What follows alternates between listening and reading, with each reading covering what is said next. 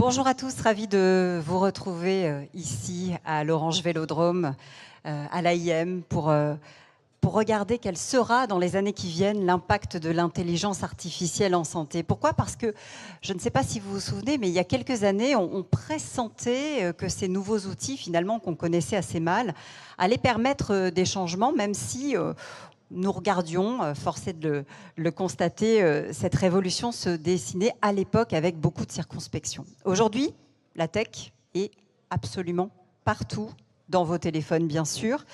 Quand vous réservez, par exemple, un rendez-vous chez le médecin, que vous faites une téléconsultation, sur nous, hein, même parfois, quand on porte un t-shirt connecté ou une montre connectée qui mesure tout un tas de paramètres, dans les blocs opératoires, évidemment, où se développe de plus en plus de chirurgie assistée. Je pourrais également parler des prothèses intelligentes, et puis bientôt de plus en plus de détection grâce aux données et du sur-mesure aussi sur les patients. C'est vrai que l'IA a permis d'accélérer encore un peu plus ce saut dans le futur.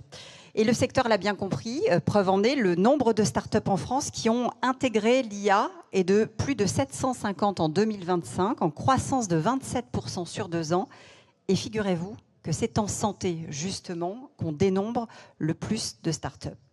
Alors, où sont les freins ? Parce qu'il en reste forcément, et comment peut-on les lever ? On va interroger 2 spécialistes qui sont avec nous. Mehdi Ouass, bonjour. Bonjour. Je suis ravie de vous avoir à mes côtés. Vous êtes président de Talent, cabinet de conseil leader en matière d'IA, et dans quelques minutes, on va ensemble découvrir une étude que vous avez menée qui est très éclairante et que vous nous révélez en exclusivité pour l'AIM. Et puis, à nos côtés, je suis ravie également d'accueillir monsieur le ministre tunisien de la Santé, Moustapha Ferjani. Bonjour. Bonjour, merci pour l'invitation. Merci d'être avec nous. Alors, on va déplorer l'absence de Karim Beguir, le CEO d'Instadip, qui était censé être avec nous ce matin et qui, malheureusement, a raté son avion, mais j'ai une bonne nouvelle, c'est qu'il sera parmi nous cet après-midi et que vous pourrez évidemment le rencontrer parce que, je vous le rappelle, hein, il fait partie des 100 personnalités mondiales désignées par le Time comme les personnes qui comptent. Et puis, Instadip a aussi été une des plus fortes acquisitions hors des États-Unis, rachetée par BioNTech. Donc, je pense qu'il aura pas mal de choses à partager avec vous sur ce sujet de la santé. Alors, je le disais... Start-up tunisienne, africaine. Start-up tunisienne, c'était la raison pour laquelle on voulait qu'il soit aussi avec nous. Absolument. Parce qu'on est à Marseille et on est juste en face. On est le pont, finalement, de la Méditerranée. Et en fait, pardon, je vous interromps, pour qu'un projet réussisse, il faut 3 piliers, en fait. Il faut la technologie, et c'était Karim. Il faut le terrain de jeu, et c'est le ministère de la Santé. Et puis, il faut un bâtisseur, un assembleur, et c'était Talent. Donc, voilà pourquoi on pensait que c'était intéressant d'être tous les 3 ici pour témoigner de ce que l'IA peut apporter dans le domaine de la santé. Alors, on va regarder, si vous le voulez bien, cette étude menée, je crois, auprès de 1500 personnes, afin de mieux cerner, finalement, pourquoi l'IA est un game changer pour le secteur de la santé. Vous avez interrogé des professionnels, des patients, des entreprises pour comprendre finalement où nous en sommes de cette adoption et voir quels sont, j'en parlais, les points bloquants. Quels sont pour vous, Mehdi, les premiers enseignements ? Qu'est-ce qui se dessine quand on regarde cette étude ? Alors, le premier enseignement, c'est qu'on ne peut plus employer le futur. On est vraiment dans le présent. L'IA dans la santé, c'est une réalité. Et en fait, cette étude qu'on a menée sur 3 mois, très profonde, à 1500 personnes interrogées, 750 patients, 750 professionnels de la santé, 50 professions différentes, plus de 70 start-up et entreprises technologiques qui agissent dans la santé, montre qu'aujourd'hui, l'IA dans la santé, c'est une réalité. Je crois que ça, c'est un point important à préciser. La deuxième chose, ça nous a permis de mettre en valeur en fait, les 4 enjeux majeurs que l'on doit adresser pour rapprocher le patient du professionnel de santé, parce qu'il y a aussi un écart au niveau de l'adoption de cette IA. Alors j'essaie de revoir et de lire un petit peu les slides, améliorer la prévention, et ça c'est important, augmenter l'efficacité du système de soins, augmenter le temps aussi disponible avec le médecin, parce que le rapport avec le médecin est de plus en plus important. Et naturellement, le sujet dont on parle de manière régulière en France, mais dans tous les pays du monde, et Monsieur le ministre nous en parlera, c'est désenclaver les territoires et donner accès à la santé dans les déserts médicaux. Ça, c'est les 4 grands enseignements que l'on peut tirer de cette étude. C'est une étude qui a été très profonde, qui est très riche, très dense. Je vais en parcourir l'essentiel, la conclusion est là, et nous la révélerons au fur et à mesure qu'on avancera dans l'AIM. Le deuxième point, c'est que dans le parcours du... next slide. Voilà. L'IA dans la santé, donc comme je vous le disais, c'est une réalité, c'est aujourd'hui. Et quand on regarde les 7 étapes principales du parcours de la santé, on s'aperçoit, qu'il y a un taux de pénétration assez important. Vous voyez les pourcentages, ils sont assez élevés. Et puis aussi un niveau de satisfaction qui est bon. On est au-delà de 7 sur 10 au niveau de l'utilisation de l'IA dans le traitement, au niveau d'utilisation dans le suivi et naturellement au niveau de l'utilisation de l'IA dans tout l'aspect organisation et administration, c'est-à-dire délester du temps inutile du médecin pour qu'il puisse avoir plus de temps disponible avec ses patients. Puisque vous parlez des médecins, justement, on s'aperçoit effectivement que ça y est, ces outils se les sont appropriés. Les professionnels du secteur les ont globalement adoptés. Je crois qu'il y en a à peu près 8 sur 10, voire un peu plus, qui les utilisent. Certains beaucoup, d'autres commencent, dans certaines spécialités plus que dans d'autres. Mais la tendance de fond est là, et bien là. Oui, chez les médecins, la tendance de fond est réellement là. Vous avez vu le nombre de start-up, sociétés qui sont spécialisées, qui sont utilisées par les médecins, bien sûr, plus chez les spécialistes. Aussi paradoxal que ça puisse être, et Monsieur le ministre nous en parlera tout à l'heure, très fortement chez les radiologues, alors que c'est le métier qui risque d'être le plus impacté par l'utilisation de cette technologie. Par contre, le patient, lui, un patient sur 4 déclare qu'il est à l'aise sur l'utilisation de l'IA dans le cadre de la relation qu'il construit ou qu'il a avec son médecin. Et naturellement, on retrouve de manière normale que la majorité de ces 26% sont des technophiles et qui sont plutôt en milieu urbain. Donc on a un réel gap à combler pour pouvoir justement utiliser cette IA pour essayer de résorber les déserts médicaux. Sur ces 26%, moi j'aimerais qu'on s'y arrête parce que c'est là où effectivement on a une énorme marge de progression. Qu'est-ce qui se passe? Pourquoi seulement 26% des patients? Est-ce qu'il y a une défiance qui s'exprime? Est-ce qu'il y a un manque peut-être de pédagogie en amont sur l'utilisation et sur ce que permettent finalement ces outils d'intelligence artificielle? Clairement oui, il y a une défiance, donc il faut le savoir, il faut le reconnaître pour justement pouvoir la gommer. Donc cette défiance, elle va se gommer par de l'explication, elle va se gommer par de l'accompagnement, de la formation. Il y a aussi un manque aussi ou un désenclavement technologique à garantir et à assurer. Il faut que les moyens de communication puissent être accessibles aussi en milieu rural. Donc il faut aussi désenclaver techniquement, numériquement les régions. La fameuse fracture numérique. La fameuse fracture numérique qui n'est pas encore totalement résorbée. On progresse, on avance, mais il faut aller au-delà. Et au fur et à mesure qu'on progresse, en fait, on progresse aussi au niveau des services. Parce qu'aujourd'hui, l'IA, l'utilisation... En fait, l'IA, qu'est-ce que c'est l'IA? L'IA, c'est la réunion de 3 grandes forces. C'est une puissance de calcul, c'est des algorithmes ou des modèles, et puis c'est le traitement de la data. Et la vraie révolution, en fait, c'est pas l'IA. L'IA, on en fait depuis 60 ans. La vraie révolution, c'est l'IA générative. C'est-à-dire la capacité que l'on a à réellement analyser des données en masse en un temps très petit. Pour vous donner un exemple concret que tout le monde peut comprendre, la puissance de calcul, sur ces 20 dernières années, elle a été multipliée par plus de 100 000. Or, 100 000, on n'imagine pas ce que ça peut être. Si vous prenez conscience que dans une journée, il y a 86 400 secondes, j'ai fait le calcul pour vous, ça veut dire que ce qu'on mettait une journée à calculer, il y a 20 ans, on peut mettre 0,8 secondes à le faire aujourd'hui. Donc ça change énormément le paradigme et ça donne aussi des possibilités infinies. Ça veut dire que dans le cadre d'une radio, on peut aller analyser des centaines et des centaines de millions de radios déjà réalisées pour lesquelles les diagnostics ont déjà été identifiés pour aider le médecin à rendre son bon diagnostic.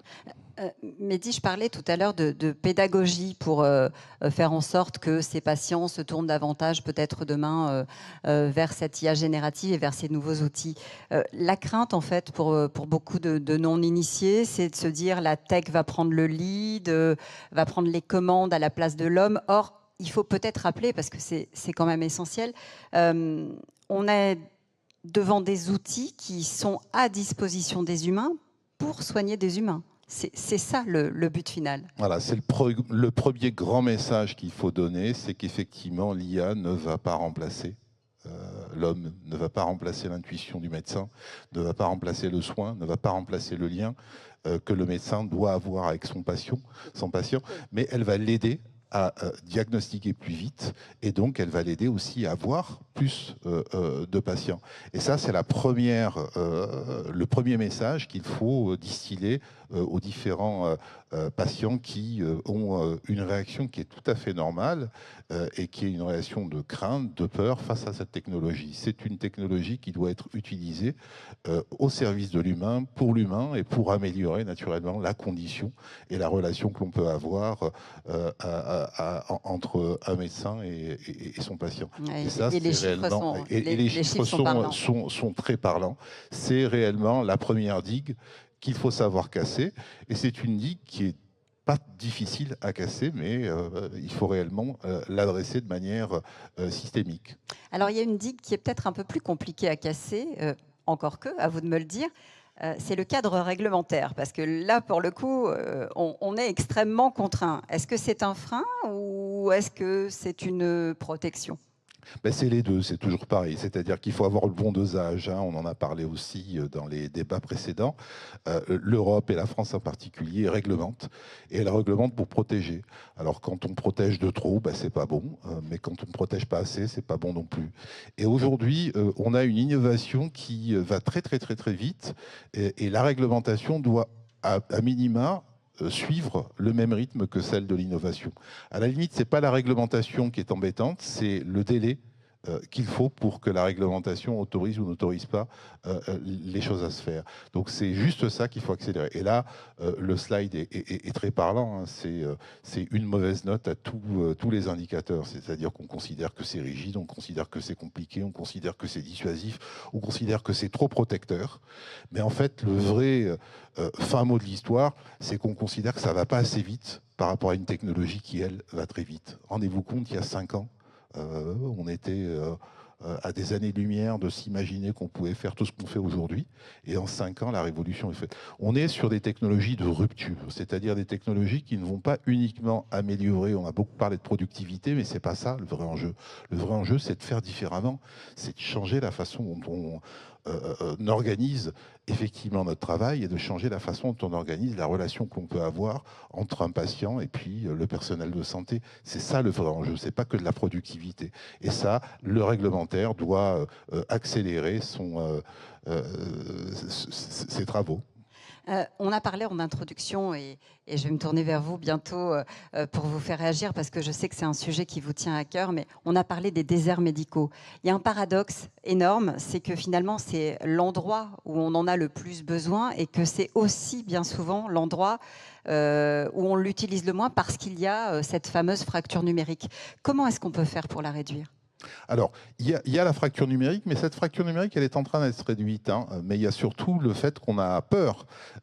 Après, moi, je suis plutôt optimiste parce que quand on regarde sur les autres domaines d'activité, que ce soit l'agriculture, que ce soit une meilleure utilisation de l'eau, donc on est dans les zones qui sont rurales et qui correspondent aux déserts médicaux, on s'aperçoit que nos agriculteurs sont très fortement utilisateurs de technologies à partir du moment où ils l'ont comprise, à partir du moment où ils ont vu l'intérêt que ça pouvait avoir dans le cadre de leur travail et à partir du moment où ils ont identifié qu'elle n'était pas nocive. Donc voilà les 3 petites digues qu'il faut casser. Et à partir de là, effectivement, il faut que la fracture numérique continue à se résorber et que derrière, on continue à expliquer à tous ces gens qui ont plus besoin d'accès à la santé que la population urbaine, que ces technologies-là sont faites pour, au contraire, les rapprocher de leur corps médical et non pas les en éloigner. Je vous ai vu opiner du chef au fur et à mesure que nous avancions dans cette étude. Manifestement, cette étude vous parle, Monsieur le Ministre. Qu'est-ce que vous diriez, votre première réaction à l'énoncé de ces résultats? Ça corrobore ce que vous pensez, la réalité de terrain que vous constatez chez vous en Tunisie? Oui, oui, tout à fait. L'intelligence artificielle avec la numérisation, actuellement, dans le présent, c'est une véritable révolution structurelle du système de santé et un pilier extrêmement important pour l'évolution du système de santé.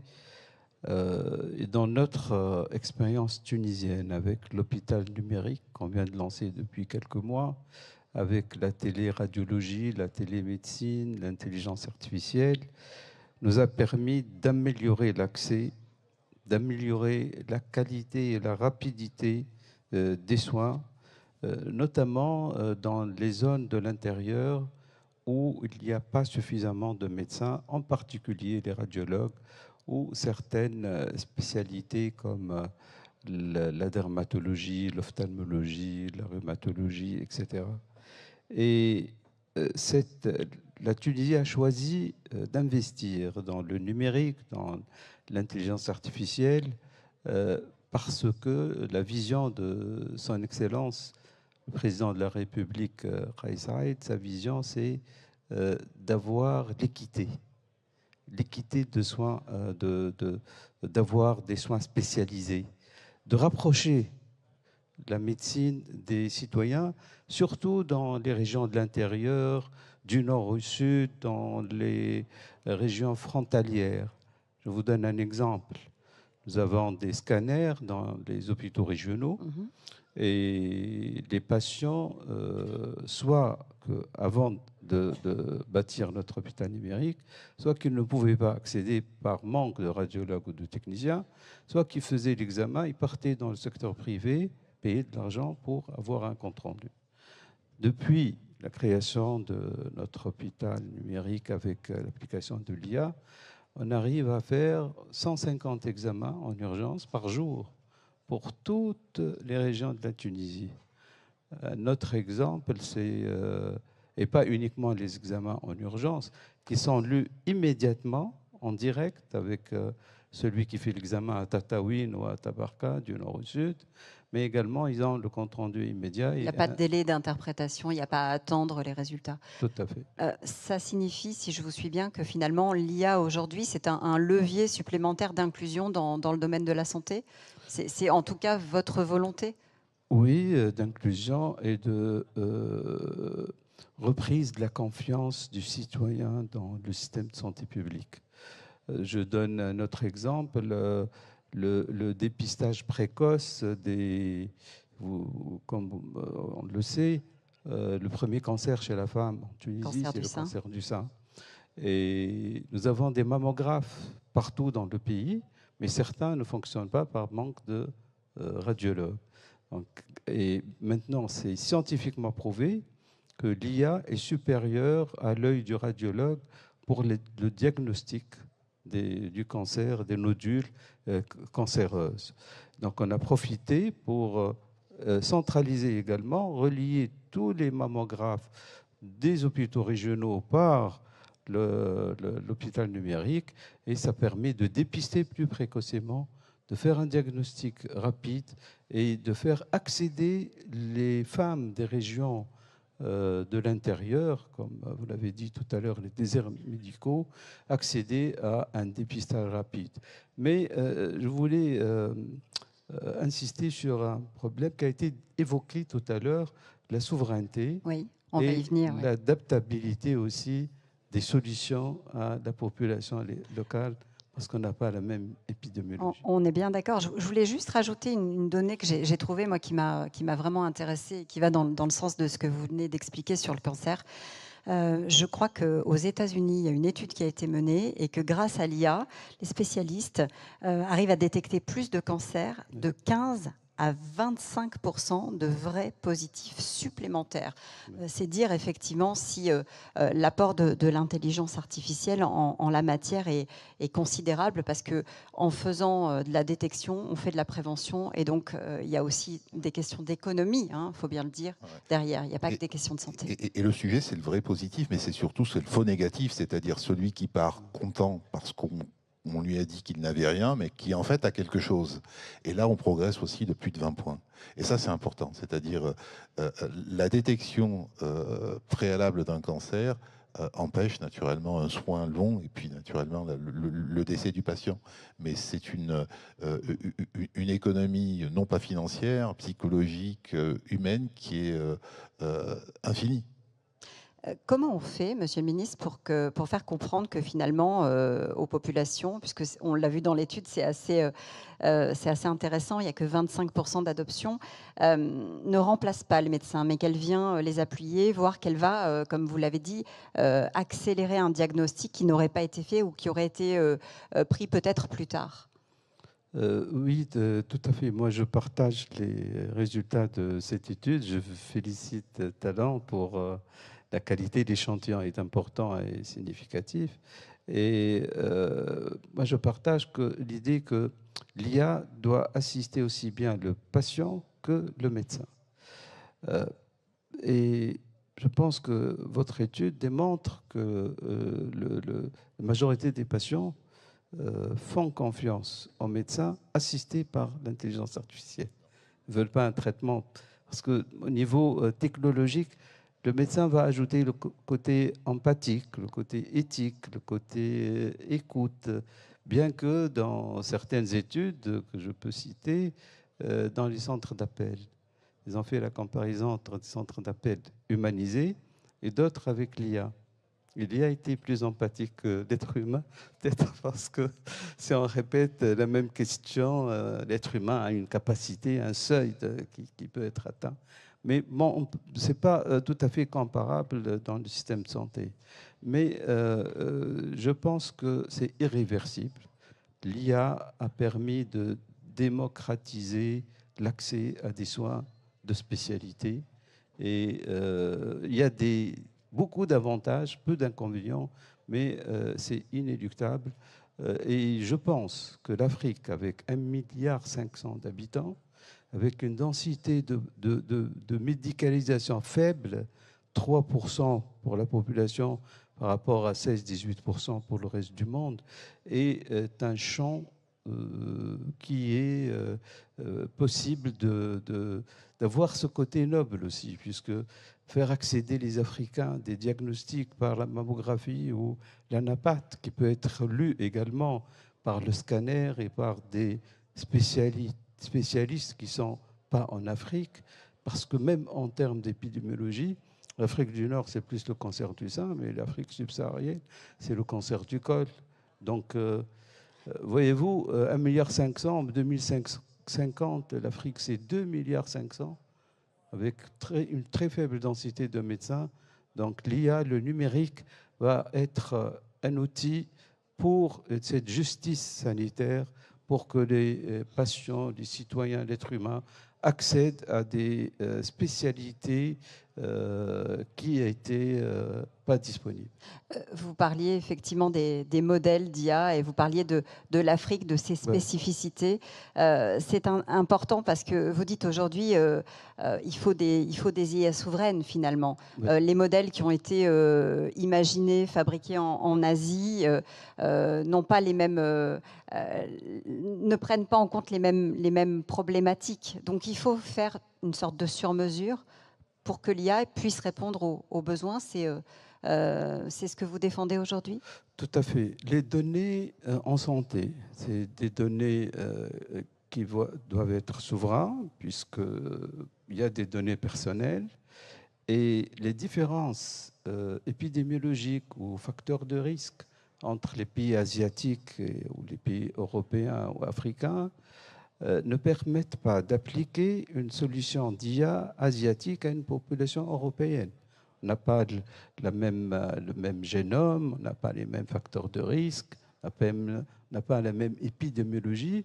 Donc, on doit soit adapter ces solutions, soit il y a des niches où les data scientists tunisiens ou français, les médecins qui doivent être formés aussi, doivent figurer dans l'enseignement dans les facultés de médecine. Il faut que les médecins, puisque cette connexion entre ingénieurs, informaticiens et médecins, chacun va donner la partie technique de sa spécialité pour développer des solutions adaptées aux populations.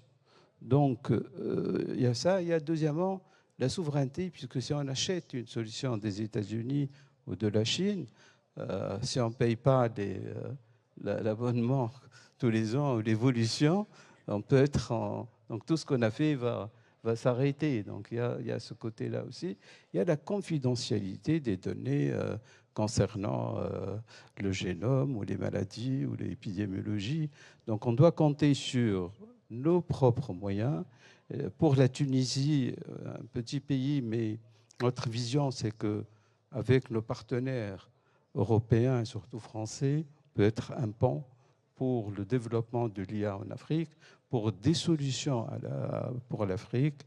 Et c'est ce qu'on fait depuis quelques mois parce que notre vision, c'est que l'hôpital numérique est une solution pour la souveraineté, et pour l'équité, pour la justice sociale et la justice sanitaire. Et les liens, Mehdi Ouass, sont véritablement établis entre les deux rives de la Méditerranée, finalement. Et on est à Marseille, on est à l'AIM. Ça prend tout son sens, ce que vient de dire Monsieur le ministre de la Santé. Absolument, ils sont notamment établis et on a pris l'engagement au niveau de talent de créer en partenariat avec la CMA-CGM un hub avec 500 data scientists à horizon 2030 spécialisés dans les métiers du shipping et de la supply chain, avec une patte à Tunis et une patte à Beyrouth pour embrasser la Méditerranée et adresser 3 continents. Parce que c'est très important de réellement construire des ponts et puis de profiter aussi des terrains de jeu. Encore une fois, le vrai sujet, la vraie souveraineté, elle est sur l'utilisation de la data, l'utilisation des données. Et avec 1,5 milliard d'habitants en Afrique aujourd'hui, 2,5 milliards à horizon 2050, on a un réservoir de données infini que l'on peut utiliser pour justement customiser, améliorer, bonifier tous les modèles qui pourront être créés ou inventés par les spécialistes qui travailleront en couple, le spécialiste métier, en l'occurrence le médecin, et puis le spécialiste de la technologie, en l'occurrence l'ingénieur. C'est ici que ça s'écrit finalement, oui, aussi. Oui, nous sommes convaincus, nous avons la volonté politique, nous avons commencé le travail ensemble, nous avons des ingénieurs, des médecins de grande qualité, et nous sommes convaincus que les hôpitaux numériques, avec un logiciel, du matériel, de la connectivité, ça va très vite, beaucoup plus que le béton, que les constructions d'hôpitaux, et cette rapidité au service du patient et du citoyen. Merci beaucoup. Merci, Monsieur le ministre de la Santé. Vous êtes également médecin, je ne l'ai pas précisé, ce qui en prend encore plus tout son sens. Merci d'avoir été avec nous, Moustapha Ferjani.